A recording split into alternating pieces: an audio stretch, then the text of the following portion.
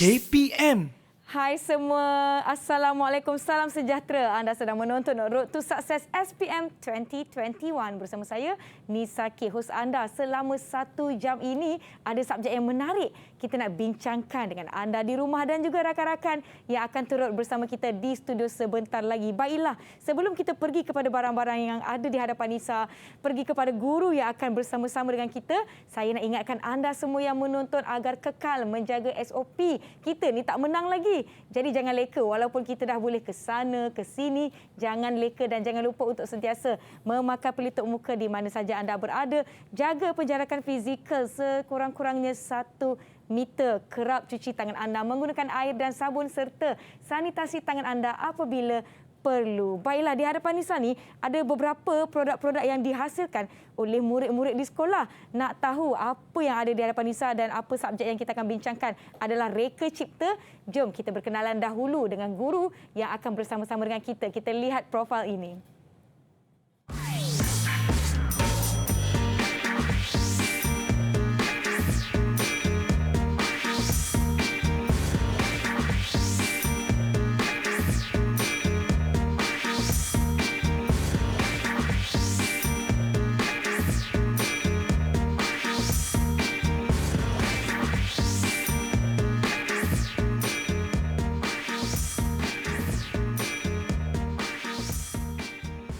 Jom semua kita mempersilakan guru kita hari ini iaitu Cikgu Abian Ayuni Azami yang merupakan Ketua Panitia Reka Cipta dari SMK Taman Melawati Kuala Lumpur. Apa khabar Cikgu?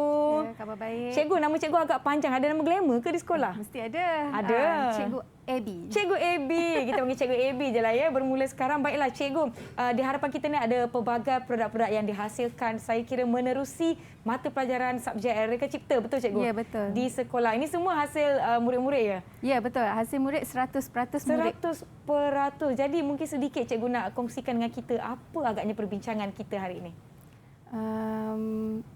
Berkenaan subjek kita, Reka Cipta Cikgu. Okey, so hari ini untuk mata pelajaran Reka Cipta akan diperkenalkan sedikit sebanyak mengenai subjek dan juga bab 1 lah untuk tingkatan 4 sebagai ulang kaji murid SPM 2021. Ya, baiklah sebelum itu Cikgu, jom saya nak bawa Cikgu, kita sanitasi dulu tangan kita. Sebelum kita mulakan pelajaran kita, kerap sanitasi tangan anda untuk membunuh kuman. Maklumlah kita dah pegang macam-macam kan Cikgu di luar sana, di sekolah dan sebagainya. Dan apabila kita perlu membuka topeng muka kita, silakan Cikgu. Kita simpanlah dia di tempat yang bersih. Kalau macam saya ada bekas plastik ni Cikgu. Kalau macam Cikgu ada bekas yang berzip, bawa emas lebih jika perlu supaya kalau dah kotor tu boleh gunakan yang baharu. Jangan ulang pakai sekiranya telah melebihi 8 jam penggunaan ataupun ianya telah kotor sebab kita tak nak ada kuman ke bakteria dan sebagainya. Baiklah Cikgu, saya tidak bersendirian. Saya rasa rakan-rakan saya pun dah bersedia untuk bersama-sama dengan kita. Kita ingin mempersilakan rakan-rakan dari SMK Taman Melawati Kuala Lumpur. Hai kawan-kawan. Hai semua. Bukalah mikrofon masing-masing. Kita nak dengar suara anda. Hai.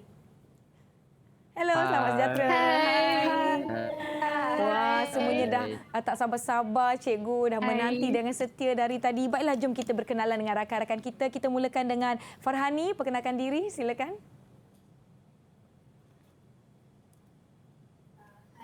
Hai, nama saya Nur Farhani binti Abdul Rahman. Terima kasih. Seterusnya, Karunia, perkenalkan diri anda. Hai, nama saya Karunia Vigneswaran. Baik, seterusnya Faiz, silakan.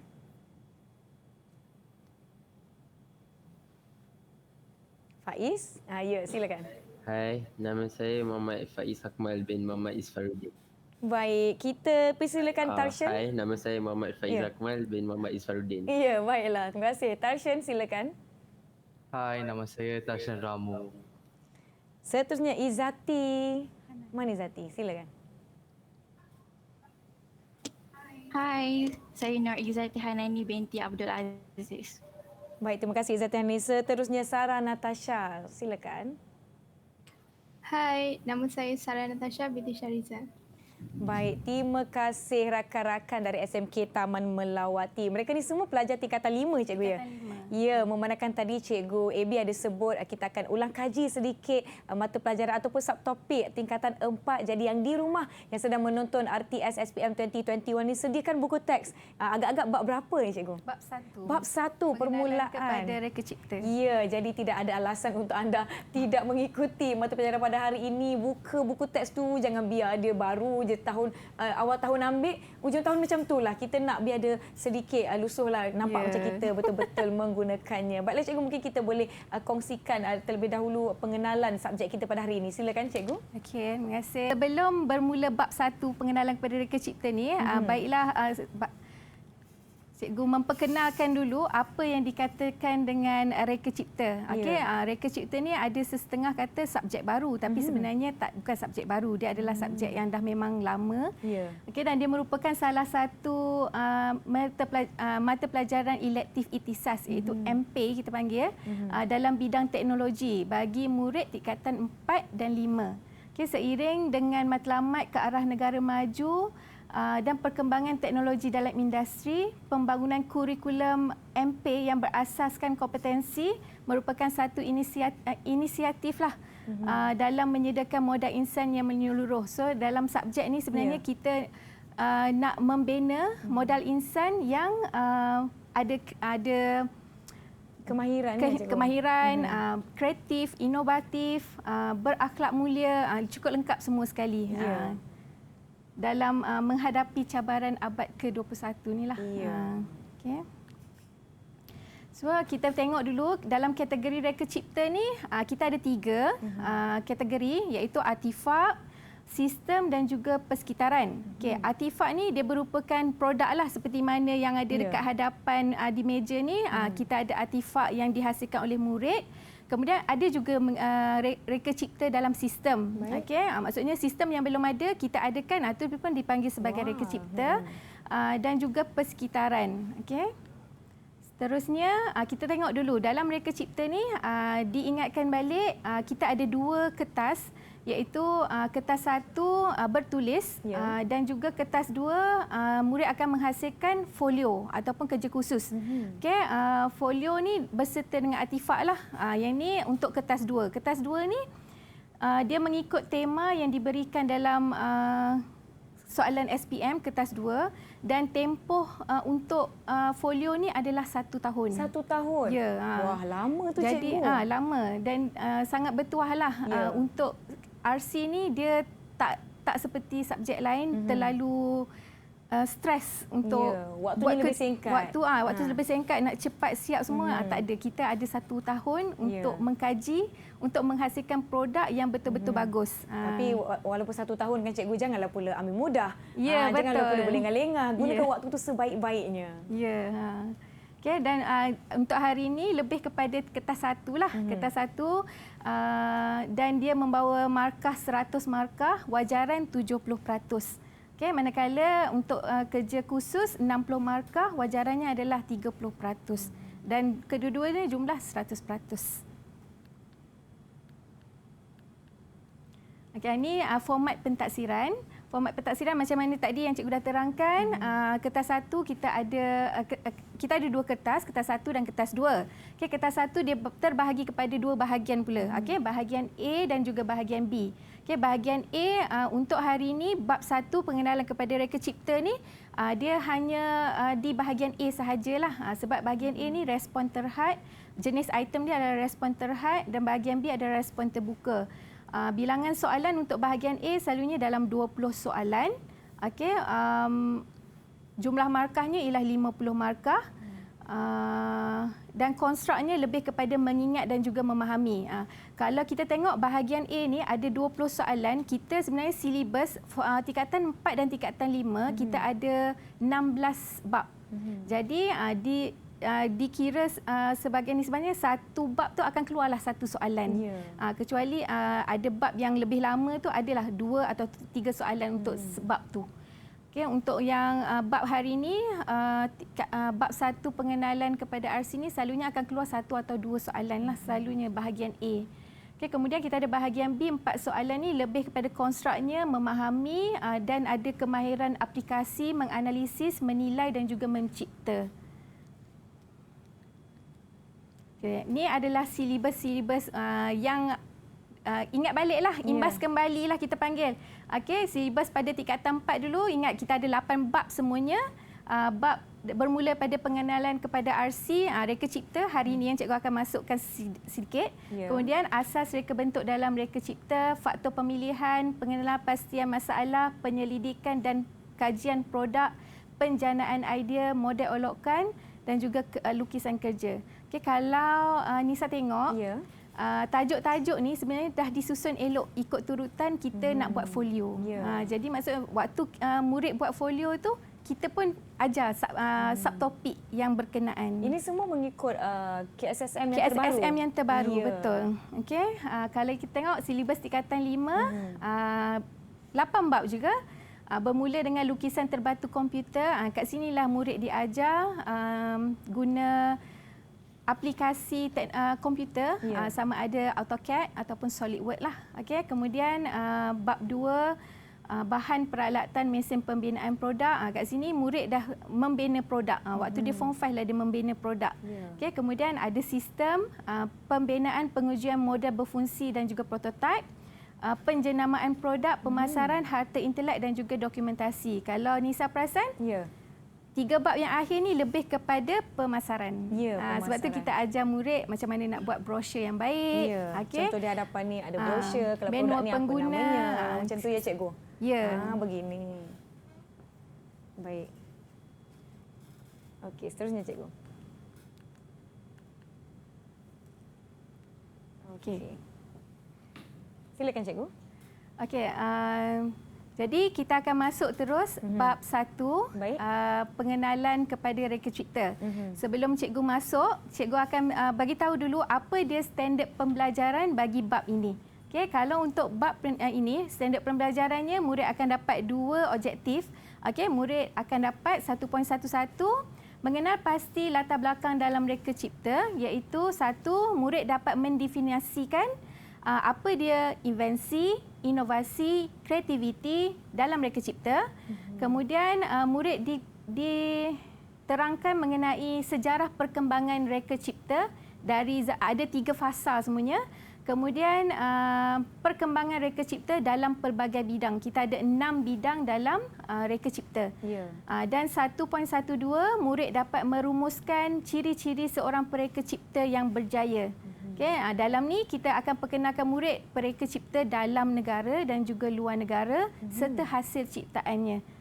Ciri-ciri yang ada pada seorang pereka cipta dan apa peranan pereka ni dalam bidang rekaan. Bidang rekaan. Maaf. Di bawah cikgu. Bawah. Cikgu ke atas je. Tak mengapa. Okey, dalam standard pembelajaran, kita ada juga penilaian dalam standard prestasi di mana murid dinilai mengikut tahap penguasaan dia. Kalau Nisa boleh tengok, ada tahap 1 sehingga 6. Jadi, kalau murid dapat menguasai ke-6 ni, dianggap sebagai murid itu menguasai topik inilah. Okey, bermula dengan kalau topik tahap penguasaan 1 tu menerangkan dengan betul definisi invensi. Maksud kita bagi soalan atau secara lisan, latihan atau secara lisan, murid dapat jawab dengan baik. So dia dikira menguasai tahap 1.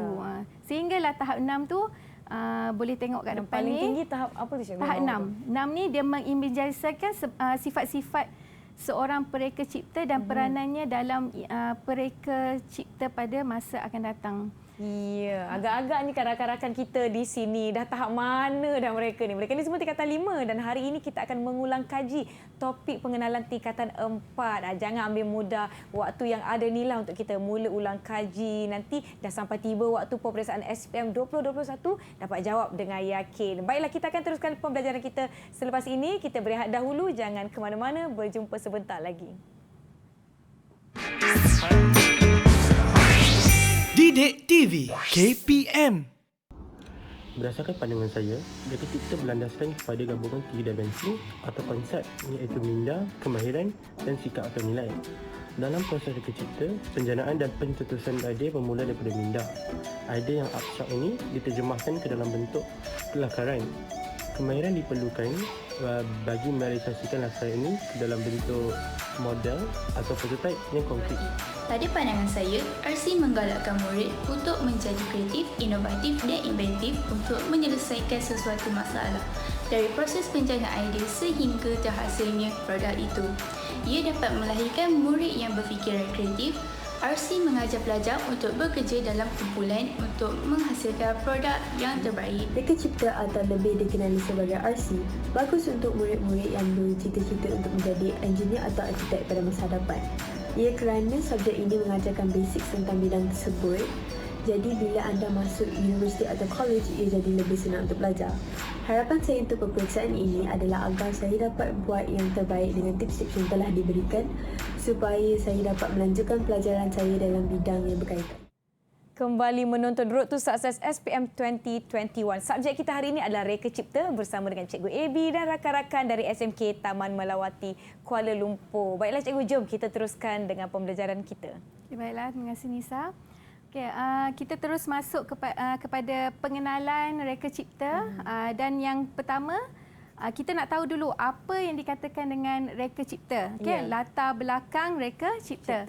Okay, so Reka Cipta ni ada berasal daripada perkataan Latin iaitu invenier. Okay, yang membawa maksud penemuan. Okay, dalam bahasa Inggeris pula, Reka Cipta ni kita juga sebut sebagai invent ataupun invention. Okay, invent ni adalah cipta, manakala invention tu adalah reka cipta atau daya cipta. Okay, kalau menurut Kamus Dewan edisi keempat, reka cipta ni membawa maksud barang yang pertama kali dicipta. Ataupun ciptaan baharu. Okey, ada perbezaan ya baharu dengan baru. Okey. So baharu ni adalah benda yang belum ada kita buat baharu. Baru tu dia adalah dikira sebagai baru sampai dia dalam tempoh lah masa. Baru sampai, baru siap. Macam tu. Okey, kalau kita tengok kesimpulannya, reka cipta ni dia merupakan hasil akhir daripada kemampuan kreativiti yang melibatkan proses berfikir, menerbitkan idea dan menyelesaikan masalah. Itu yang penting. Keywords dia, reka cipta ni dia menyelesaikan masalah. Dia bergantung kepada sesuatu masalah tu. Kemudian cara kita untuk menyelesaikan masalah tersebut. Itulah adalah reka cipta. Okay. Yang ni yang baru kita masuk. Apa standard pembelajaran tu? Mendefinisikan inventif, inovasi, kreativiti dalam reka cipta. Okay, kalau ikutkan sepatutnya dah tingkatan 5 ni dah memang kena hafal lah tiga-tiga ni. Okay, so kita tengok yang pertama, inventif tu merupakan ni semuanya maksud definisi ni dalam Kamus Dewan edisi keempat. Okay, kalau kita tengok yang pertama, inventif. Okay, inventif ni bermaksud berupaya mereka cipta sesuatu yang baharu atau berdaya cipta. Okay, manakala inovasi pula dia adalah sesuatu yang baru diperkenalkan seperti kaedah, sistem, adat atau lain-lain yang baharu. Dan kreativiti dia adalah kemampuan atau kebolehan mencipta berdaya kreatif atau kekreatifan. Okay, itu adalah maksud dalam inventif, inovasi dan juga kreativiti. Okay. Yang ni memang murid kena hafal lah sebenarnya. Definisi. Dia kena faham, bila faham tu automatik memang hafal lah. Kalau dalam soalan pun dia memang akan tanya direct je terus. Apakah yang dimaksudkan dengan inventif? Murid kena jawab tu 2 markah contohnya lah. Okay, kemudian kita masuk kepada sejarah perkembangan reka cipta. Okay. Kalau tengok tu gambar apa ni? Misal agak-agak. Saya rasa dia macam kalau zaman dahulu tak ada pam air kan. Yang tu cara dia untuk mengambil air daripada sesuatu sumber air ke tempat lain. Betul. Dia lebih kepada sistem saliran. Betul. Sistem saliran. Nama dia adalah skru Archimedes. Okay, so reka cipta ni sebenarnya wujud daripada awal, kita tak tahu lagi zaman manusia wujud lagi. Okay, tapi tak ada rekod secara tepat bila reka ciptaan pertama tu dihasilkan. Okay, tapi dipercayai inilah adalah salah satu daripada rekaan yang pertama. Namanya adalah skru Archimedes, yang dicipta oleh Archimedes pada tahun 212 sebelum Masihi.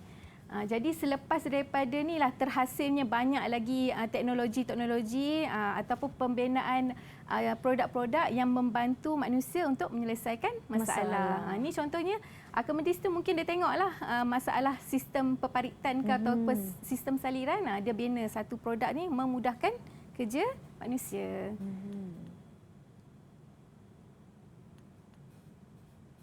Okey, seterusnya. Okey, fasa perkembangan reka cipta. Okey, kita ada 3 fasa reka cipta ni. Masih ingat lagi ke tak? Faiz, ingat lagi tak?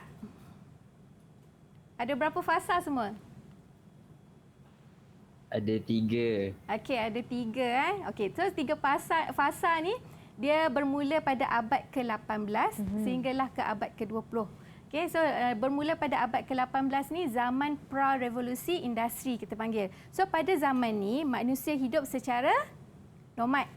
Okey, secara nomad ni bermaksud dia berpindah randah lah. Dia bergantung kepada, dia memang bergantung 100% kepada alam semula jadi untuk kelangsungan hidup dia. Okey, so aktiviti yang ada pada zaman ni lebih kepada aktiviti apa? Pertanian, perburuan kan, untuk kelangsungan dia nak hidup, macam mana dia nak survive untuk hidup. So pada zaman ni lah produk-produk yang ada tu kita boleh tengok kapak batu, pisau batu, lembing untuk kegunaan aktiviti kaum nomad ni. Okay, pada zaman revolusi industri pertama iaitu abad ke-18 dan ke-19 ni dia bermula awal awal abad ke-18 ni 1750-an macam tu.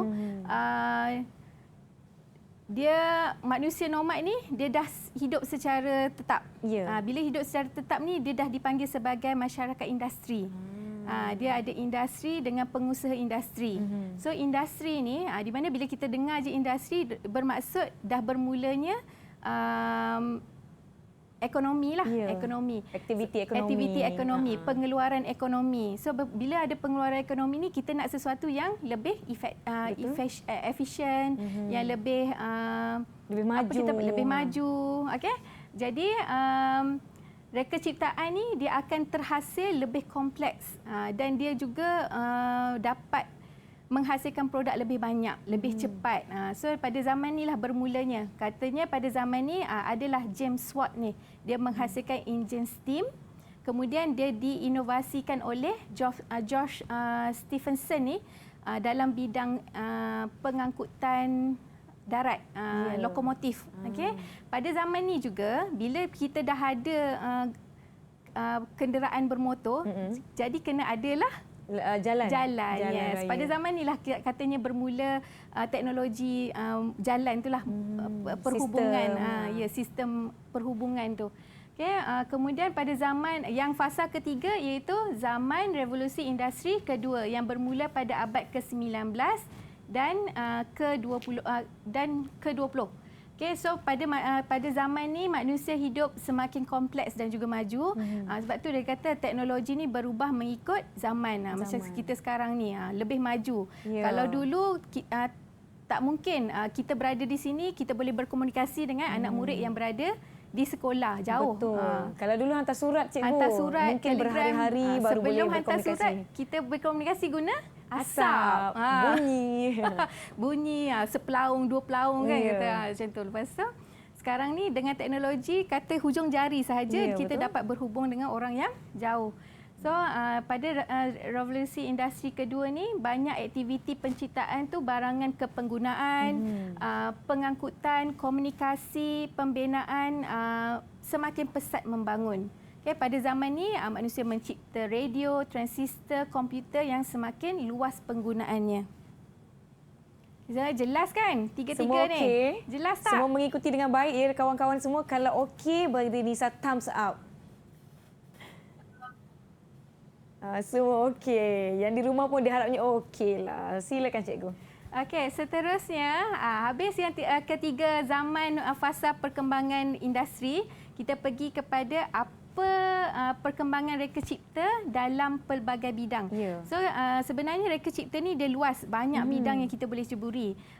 Ni antaranya kita ada 6 bidang yang akan dibincangkan Yang pertama, bidang pengangkutan, bidang pendidikan, bidang teknologi tenaga, bidang pertanian, bidang komunikasi dan akhir sekali yang keenam ialah bidang pembinaan. Okay, sebenarnya semua tu bersangkut paut lah. Dia sama. Kalau kata bidang pengangkutan, dia bergantung dengan pembinaan. Macam tu. Kalau tengok bidang pengangkutan yang pertama, sebagai contoh di depan ni, ini adalah pengangkutan jalan darat. Kalau kita tengok bidang pengangkutan ni boleh terbahagi kepada 3 lah. Okay? Ada jalan darat, jalan air dan juga jalan udara. Okay, dan semua bidang ni kita boleh tengok evolusi dia daripada abad ke-18 tu sehingga kini lah sebenarnya. Kita boleh letak, kalau latihan murid di sekolah tu memang kita suruh buat scrapbook di mana ada evolusi bidang ni. Okay, jadi kat sini pengangkutan tu dia membawa maksud pembawaan sesuatu barang ataupun lain-lain dari satu tempat ke tempat yang lain. Itu yang dimaksudkan dengan pengangkutan. Okay, bidang yang kedua, kita ada bidang pendidikan. Okay, bidang pendidikan ni sebenarnya dia sering digunakan dalam proses pengajaran dan pembelajaran. Contohnya komputer, kalkulator, perisian dinamik bergrafik dan juga media teknologi bermaklumat. Okay, kalau kita tengok contoh bidang pendidikan kat sini adalah papan layar. Okay, yang mana penggunaan papan hitam dulu, kemudian whiteboard, kemudian projector LCD dan sekarang ni kita panggil smartboard. Smartboard. Seperti yang cikgu guna ni smartboard juga ni. Smartboard ni. Canggih ni. Dan semuanya dengan satu saja dia punya objektif memudahkan. Menyelesaikan masalah. Betul. Okay, yang ketiga ialah bidang teknologi tenaga. Okay, dalam bidang teknologi tenaga ni kita boleh bahagikan tenaga ni kepada 2. Baik. Okay, masih ingat lagi tenaga yang tak boleh diperbaharui dengan tenaga yang boleh diperbaharui. Okay, kalau tenaga yang tak boleh diperbaharui ni adalah contoh tenaga yang mana dia habis, akan habis. Maksudnya dah akan habis dan tak boleh ganti lagi dah. Dan penggunaan dia pun membawa katakanlah kalau gas, dia akan mengeluarkan gas karbon monoksida. Baik. Jadi dia alam sekitar tu dia merosakkanlah. Okey, itu untuk tenaga tak boleh diperbaharui. Manakala kalau tenaga yang boleh diperbaharui ni dalam tempoh yang singkat tu dia boleh diperbaharui lagi. Contohnya boleh digunakan sepanjang masa lah. Maksudnya angin, suria, geoterma dan dia lebih kepada mesra alam. Mesra alam. Okey, tu ada 2 bidang dalam teknologi tenaga. Seterusnya bidang pertanian. Okay, bidang pertanian ni kita tengok contoh untuk aktiviti membajak. Okey, dalam aktiviti membajak ni kalau kita tengok dalam aktiviti pertanian lah. Okey, aktiviti pertanian ni sebenarnya diwujud lagi pada zaman pra-revolusi tadi kan. Manusia nomad tadi kan. Bercucuk tanam. Okey, bercucuk tanam, pertanian yang kemudian bila dia masuk ke revolusi pertama tu, dia dah jadi komersialkan. Bidang pertanian tu dia diluaskan lagi. Ya, betul. Untuk masuk pula perniagaan dan sebagainya, cikgu. Jadi dia bersangkut semuanya. Betul. So dalam bidang pertanian kat sini, kita tengok aktiviti pertanian ni dia dilakukan secara tradisional. Kalau tengok mula dengan tenaga manusia, manual je dulu, cikgu. Manual manusia, kemudian kita ada binatang, kita guna binatang, lepas tu kita cuba pula guna mesin ataupun jentera. Okey, dan semuanya berubah kerana ada peralatan teknologi inilah dan dia punya pengeluaran pun lebih cepat. Tenaga manusia dapat dikurangkan. Okey, ini dalam bidang pertanian. Okey, yang ni bidang komunikasi. Okey, bidang komunikasi cikgu ambil contoh telefon. Kita boleh tengok perubahan evolusi telefon tu memang mengikut zaman dan telefon ni merupakan produk yang paling cepat lah sebenarnya berubah sebab dia peredaran terlalu cepat. Laju. Setiap bulan ada yang baru, cikgu. Yang tekan-tekan butang tu saya pernah ada dulu. Nombor 4 tu. Betul. Komunikasi ni dia merupakan saluran berhubung antara manusia yang berlainan tempat. So teknologi ni dia merupakan bertujuan untuk menghantar, menyalur, menerima isyarat atau maklumat dengan jelas. Ini bidang komunikasi. Kalau kita ada telekomunikasi, contohnya sistem satelit, contoh yang itulah. Okay. Kemudian ni akhir sekali, keenam iaitu bidang pembinaan. Okay, dalam bidang pembinaan ni, kalau dulu cikgu kita boleh tengok ada gambar titi kayu, titi kayu, kemudian jadi titi besi, okey, titi batu, dan sekarang ni teknologi. Ni kat mana? Gambar kat mana? Terengganu cikgu. Jambatan yang dia boleh buka. Jambatan boleh dibuka. Nanti dia jadi balik jambatan. Ya, betul.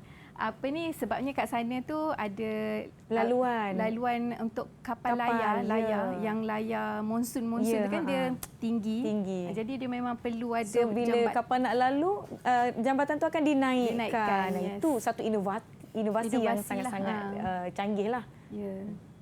So ni dalam bidang pembinaan, ada banyak lagi lah contoh-contoh lain. So contoh yang ditunjukkan ni adalah satu jambatan lah. Dan ini antara yang contoh-contoh yang dikongsikan oleh cikgu dalam pelbagai bidang yang tadi kita dah bincangkan. Setakat ni masih okey ya? Mereka tengah memerah otak masing-masing nak mengulang kaji topik awal tahun tingkatan 4 mereka. Ini akan masuk dalam peperiksaan. Antara yang akan masuk dalam peperiksaan. Jadi jangan ambil mudah. Yang di rumah pun cepat-cepat selak buku tingkatan 4 untuk lihat topik kita pada hari ini di buku teks anda. Kita akan berhenti rehat seketika cikgu. Yang di rumah jangan ke mana-mana. Kita berehat sebentar. Kembali selepas ini. Didik TV KPM. Didik TV KPM.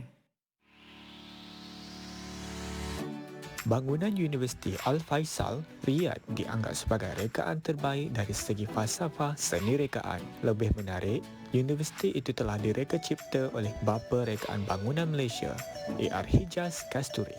Beliau juga ialah arkitek yang bertanggungjawab menghasilkan rekaan unik seni bina beberapa bangunan di Malaysia. Antaranya Menara Tabung Haji, Menara TM dan banyak lagi.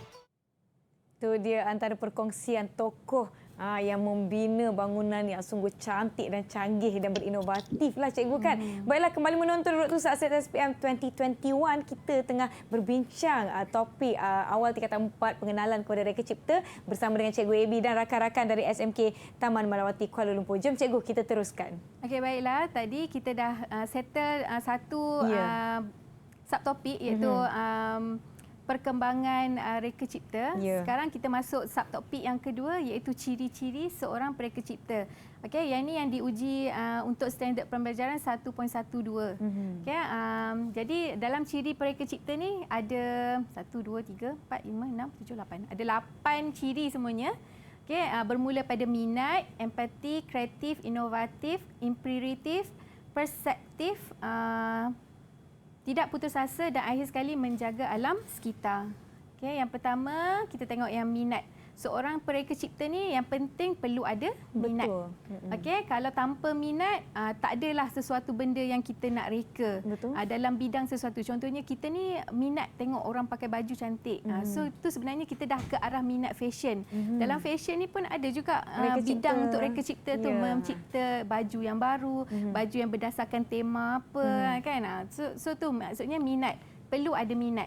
Okay, so kita minat ni untuk menghasilkan sesuatu produk dan sentiasa bersedia untuk mengikuti perkembangan semasa bidang rekaan yang diminati. Okay, sebagai contoh kita minat sukan. Okay, bila kita minat sukan, kita pakai kasut.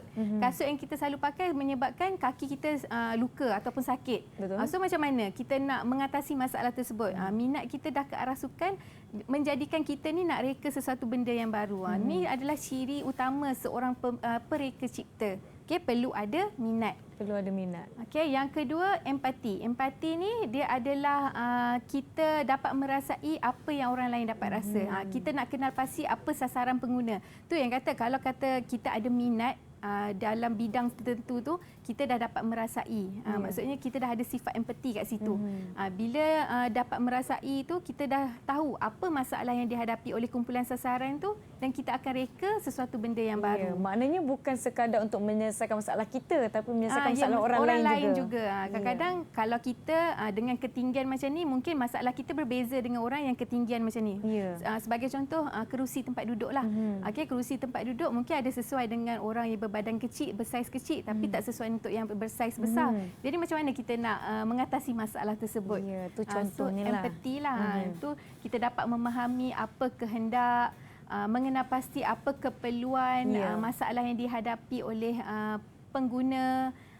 Kemudian dapat dicapai dengan menjalankan penyelidikan. Bila kita dah tahu apa masalah, sifat empati ni kita kena ada juga apa data secara kualitatif atau kuantitatif untuk kita tahu betul ke tak masalah yang dihadapi tu dihadapi oleh pengguna tersebut. Ini adalah sifat empati, ciri-ciri pada seorang pereka cipta. Okey, kemudian yang ketiga ni penting. Dia mesti seorang yang kreatif. Okey, seorang yang kreatif ni dia berani menyuarakan idea yang baru atau pendapat yang baru. Kemudian dia berupaya mencipta, mewujudkan, menghasilkan sesuatu yang baru. Ini sangat dia boleh berfikir dalam keadaan kritikal. Bila cerita MacGyver contohnya, dia dalam keadaan kritikal, duduk dalam satu bilik, terperangkap nak keluarkan diri, dia perlu guna apa yang ada kat dalam tu saja. Dia perlu kreatif. So benda inilah dia ciri-ciri pada seorang pereka cipta. Dia boleh mengatasi masalah tu dengan cara macam mana untuk mengatasi dan mencapai apa yang dikehendaki. Okey, yang keempat, inovatif. Inovatif ni merupakan sifat yang membolehkan seseorang pereka cipta tu mencari jalan menghasilkan sesuatu rekaan yang lebih baik. Inovatif, mencetuskan idea-idea inovatif, meningkatkan kualiti. Maksudnya kalau ada sesuatu produk ni kita nak inovasikan tu, maksudnya menjadikan lebih baik daripada produk yang sedia ada. Ataupun produk tu sepatutnya boleh menyelesaikan satu masalahnya, tapi kita ada dua masalah. So kita inovasikan daripada satu masalah tu kepada boleh menyelesaikan dua masalah. Itu kira dianggap sebagai inovatif lah. Ciri yang inovatif. Okay. Kemudian yang kelima, keempat kelima macam itulah cikgu. Okey, imperatif. Okey, imperatif ni dia sebenarnya lebih kepada saintis. Saintis ni macam mana? Cara dia melihat sesuatu benda tu dia mesti nak kaji. Inilah dia ciri-ciri pada seorang pereka cipta ni, dia kena ada ciri imperatif. Okey, dia melihat sesuatu masalah tu dalam pelbagai perspektif. Okey, dalam satu masalah dia tengok faktor cahaya, faktor persekitaran macam mana, faktor penggunaan secara maksimum ke minimum ke, kita nak tengok semua. Ini adalah ciri seorang pereka cipta yang bercirikan imperatif. Okay? Dan bukti-bukti empirikal juga dijadikan sebagai panduan dalam proses rekaan. Dan untuk satu-satu rekaan tu perlu disokong dengan hasil penyelidikan. Sebab tu kalau kita ajar murid untuk menghasilkan folio ataupun produk ni, kita akan bermula pada awal lah. Maksudnya murid kena lihat dulu apa masalah oleh kumpulan sasaran, kemudian kita kena kaji, buat soal selidik. Betul ke tak masalah tersebut dihadapi oleh kumpulan sasaran tersebut. Okay, seterusnya, ciri yang seterusnya ialah perseptif. Okay, perseptif ni seorang pereka boleh membuat tafsiran maklumat deria untuk mewakili keadaan alam sekeliling. So deria kita ni ada berapa? 5. So semua ni kita boleh lihat apa masalah dia, dengar apa yang dia kata. Okay. Alami, contoh kita kau rasa pakai kasut ni tak selesa, so kita pakai sakit macam tu. So kita banyak perspektif, maksudnya dalam pelbagai perspektif tu kita ni. Okay, yang seterusnya, tidak putus asa. Seorang pereka cipta tak boleh ada putus asa. sikap putus asa. Ya. Dia memang tidak putus asa. Memang ni adalah ciri utama seorang pereka cipta, tidak putus asa. Maksudnya kita tak ada sekali buat produk berjaya, tak ada macam tu. Maksudnya kalau kita Mesti tengok ada proses kegagalan. ya, kan? proses kegagalan tu mesti berlaku. Maksudnya macam Thomas Edison kan. Thomas Edison tu dia mencipta mentol contohnya. Dalam banyak jenis ujian, uji kaji sampailah dia berjaya menghasilkan produk tersebut. Maksudnya dia tidak putus asa. Tak boleh putus asa lah maksudnya kat sini. Tak boleh. Okey, yang ni yang terakhir sekali ialah menjaga alam sekitar. Okay, menjaga alam sekitar ni sebolehnya kita menggunakan satu produk tu yang menggunakan teknologi hijau lah. Okay, dan tidak merosakkan alam sekitar. Okay, dan dia alam sekitar ni merupakan aset yang penting untuk kelestarian hidup. Kelestarian hidup ni maksudnya tak berubahlah alam sekitar ni, kita nak yang selamat untuk kita. Betul. Contoh cikgu, produk yang dihasilkan oleh rakan di sini, saya rasa ini merupakan menggunakan bahan-bahan yang kita semula. Maknanya tidak merosakkan alam sekitar. Dia tidak mengambil bahan yang baru, dia ambil apa yang sepatutnya dibuang tetapi menghasilkan satu produk yang baru. Tadi saya tertarik cikgu, salah satu cirinya adalah menjadi inovatif. Kalau kita ada satu masalah, dua masalah, macam mana kita nak selesaikan dengan satu produk? Yang ini saya kira ciptaan yang boleh menyelesaikan tiga masalah. Contohlah rakan kita dia cipta, kalau ini dia jadi lampu suluh kalau pergi berkemah ke, berkemping ke.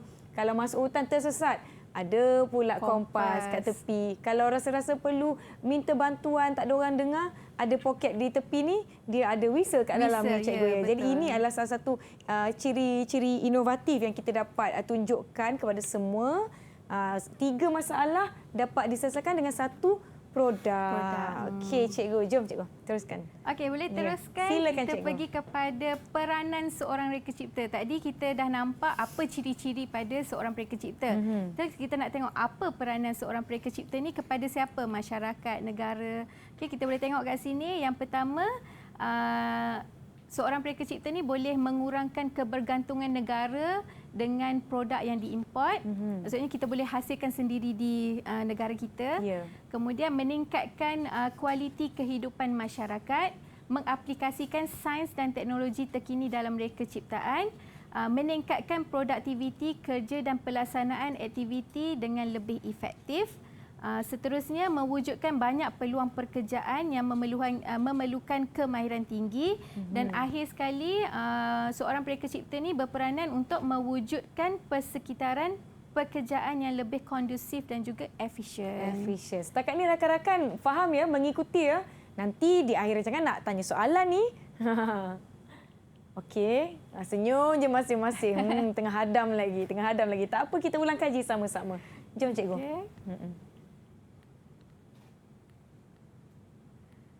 Okey, seterusnya murid akan diperkenalkan siapa pereka dalam negeri dan juga luar negeri. Cikgu, kalau tanya rakan-rakan kita ni agak-agak mereka kenal tak? Siapa ni? Gambar yang tertera. Siapa kenal? Siapa boleh jawab? Terus semua. Siapa boleh jawab? Sarah ke? Nampak tak gambar siapa tu? Tashin dia dah pegang cermin mata dia. Siapa agaknya tu? Ada yang boleh jawab tak? Ada yang boleh kongsikan dengan kami? Siapa agaknya? Tokoh yang telah ditunjukkan oleh Cikgu Abby. Ada yang ingat tak? Ni kena buka balik buku teks ni Cikgu. Macam mana ni? Ada ingat tak? Siapa ni? Yang biasa ni dalam buku teks ni. Ada yang boleh jawab? Silakan Tarshan. Siapa agaknya ni? Zulkifli. Ya? Boleh kuat sikit jawabnya. Kita tak dengar Tarshan.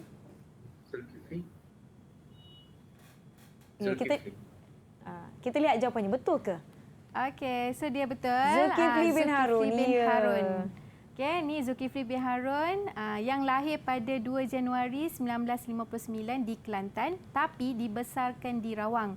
Okey, mendapat pendidikan pun asalnya di SK Rawang, kemudian sambung di SMK Rawang, kemudian melanjutkan pelajaran dia di Institut Kemahiran Mara IKM. Okay, antara kepakarannya dalam bidang mekatronik dan dia juga pengasas kepada Zoll Design Autotronic. Dia punya syarikat sendirilah. Okay, beliau punya syarikat sendiri. Ni antara reka ciptaan oleh Zulkifli Haji Arun. Kita ada ni mesin pembuka durian. Wah, durian. senang lepas ni. Kemudian ni mesin untuk roti jala. Dia lebih kepada industri kecil dan yang membantu roti jala, peniaga kecil. Ya. Lepas tu mesin pemanggang ayam. Ni mesin penekan dough pizza. Ni antara yang cikgu dapat carilah. Ya. Ada banyak lagi reka ciptaan oleh Zulkifli Haji Harun. Cikgu, ini yang cikgu sebutkan tadi, kita menyelesaikan masalah kumpulan sasaran. Contoh kumpulan sasaran beliau mungkin peniaga-peniaga kecil kan, macam mana nak buat roti jala dengan cepat ni. Order banyak ni 4,000. 4,000 keping, guna mesin laju sikit boleh hasilkan. Betul, jadi ia telah menyelesaikan masalah. Okey, seterusnya ni Robert Siong. Robert Siong ni dia lahir di Georgetown, Pulau Pinang. Okey, memulakan kerjaya dengan sebuah syarikat kejuruteraan. Kemudian pada tahun 1989 tu dia berhenti dan memulakan memulakan syarikat sendiri untuk menceburi dunia kreatif dan juga ciptaan baru. Ni antara ciptaan beliau. Okey, Polyclone instant rubber stamp machine. Okay, Kamikaze mosquito attraction glue dan juga egg incubator. Saya biasa nampak gam tu cikgu. Kita nak perangkap nyamuk kan. Kita lekat dekat satu kertas tu, nyamuk datang. Tentu dia melekat kat situ. Menyelesaikan masalah. Hasil ciptaan ni lah, Robert Siong. Menyelesaikan masalah sungguh.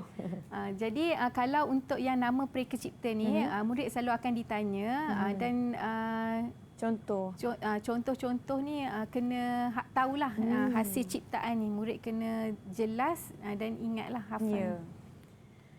Okay, kemudian ni adalah pereka cipta luar negara, iaitu ni Dieter Rams.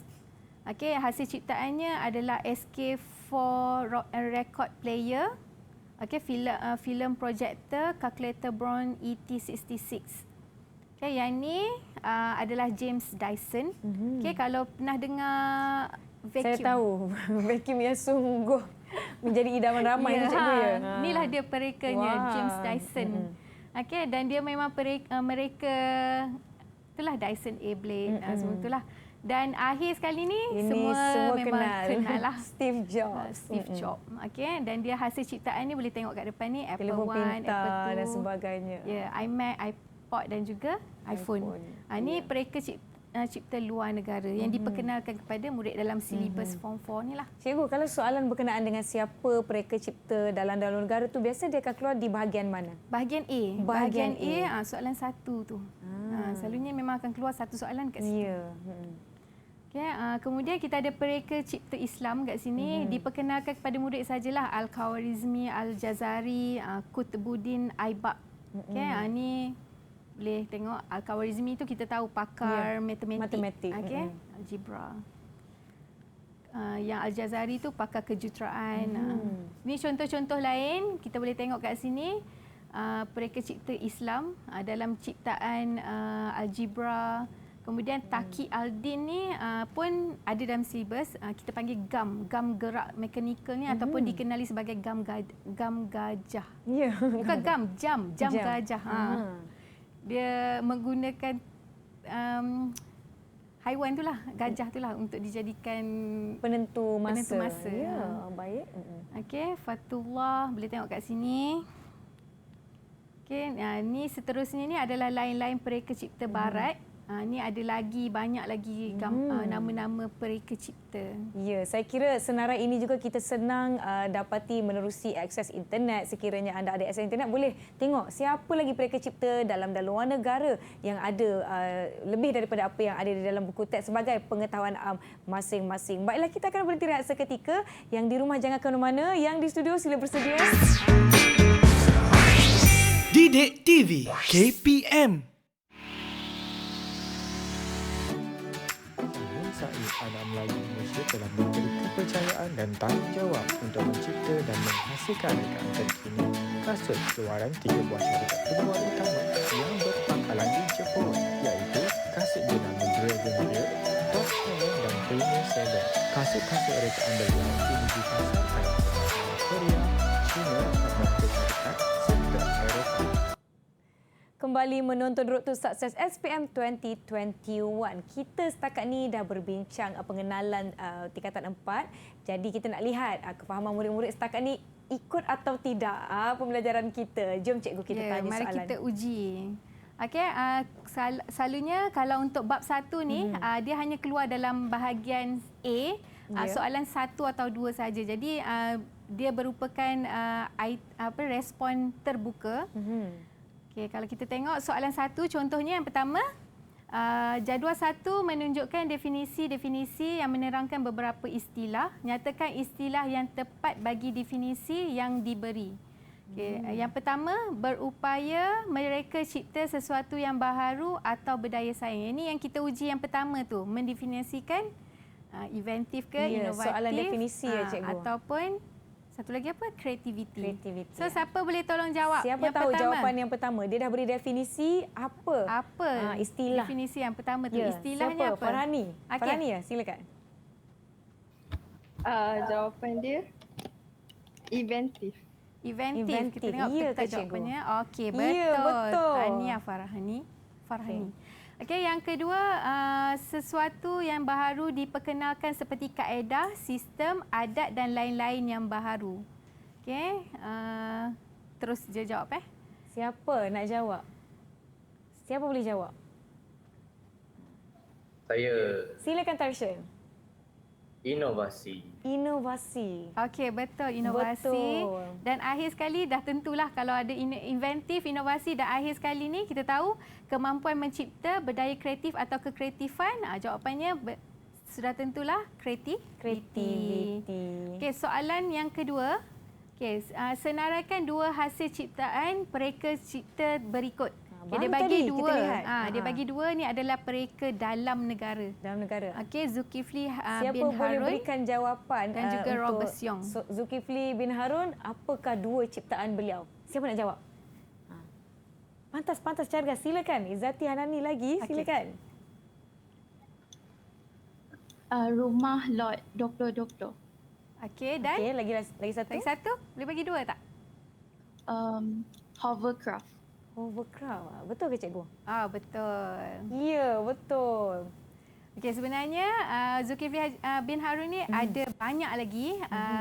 Antara jawapan yang boleh diterima lagi, kereta berkomputer, mesin industri kecil dan sederhana, sistem oceantronic, kerusi roda automatik. Okey, kamera penyalahgunaan lorong kecemasan. Ni mana-mana jawapan. Kalau kata tak dapat jawab, bukan jawapan ni, mana-mana jawapan ni pun dikira betul lah. Dapat 2 markah kat situ. Soalan seterusnya Robert Syong. Siapa boleh jawab? Ada 2. Siapa nak jawab? 2 hasil ciptaan untuk Robert Syong. Yang lain macam mana? Faiz, silakan. Faiz.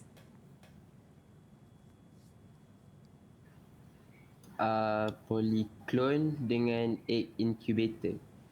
Ya ke? Kita nak cikgu. Okey, polyclone dan juga egg incubator. Betul. Okey, betul. Dan banyak lagi kalau untuk Robert Syong ni, ni antara jawapan-jawapan yang lain yang boleh diterima. Okey, ada banyak dia punya hasil ciptaan. Okey, seterusnya soalan ketiga, perkembangan reka cipta yang telah berlaku dalam pelbagai bidang. Senaraikan 3 bidang perkembangan tersebut. Kita ada 6 bidang sebenarnya. Dia tanya 3 sahaja daripada 6. Okey, siapa yang boleh tolong jawab? Siapa nak jawab? Karunia, silakan. Pengangkutan, komunikasi dengan pendidikan. Pendidikan. Ya, komunikasi. betul. 3 betul boleh. Dan kita ada lagi jawapan yang lain. Boleh juga tulis teknologi tenaga, pertanian dan juga pembinaan. Baiklah, saya kira rakan-rakan kita ni masih bersemangat untuk belum gaji. Seterusnya soalannya cikgu. Seterusnya soalan 4. Dia suruh awak senaraikan 4 ciri yang perlu ada pada seorang pereka cipta. Kita ada berapa tadi? 8 betul silap ciri. Kita ada 8. Soalan minta 4. Siapa boleh jawab? Apa 4 ciri? Silakan Sarah Natasha. Minat, empati, kreatif dan inovatif. Okey, minat, empati, kreatif dan juga Inovatif. Inovatif, Okey, betul. Okey, ada lagi beberapa yang lain tu boleh terima lagi perseptif, imperatif, tidak putus asa dan juga menjaga alam sekitar. Okey, soalan yang terakhir. Yang terakhir kita soalan lihat. 5. Okey, yang ni dia tanya juga ciri seorang pereka cipta mengikut dia menunjukkan huraian ciri pereka cipta. Kenal pasti dan nyatakan ciri pereka cipta berdasarkan huraian pada jadual 5. Okay, ini jadual 5, huraian dia yang pertama, memahami kumpulan sasaran, menyelidik keperluan dan masalah pengguna melalui tinjauan dan pemerhatian. Apakah ciri kepada Apakah huraian ciri yang pereka diberikan? cipta? Huraian telah diberi? Ya, Karunia? Empathy. Betul ke cikgu? Okey, empathy, ya, betul. Dia memahami kumpulan sasaran tu. Ya. Yang kedua, berupaya mencipta, mewujud, menghasilkan sesuatu yang baharu, berfikir secara kritikal. Ini siapa? Boleh jawab.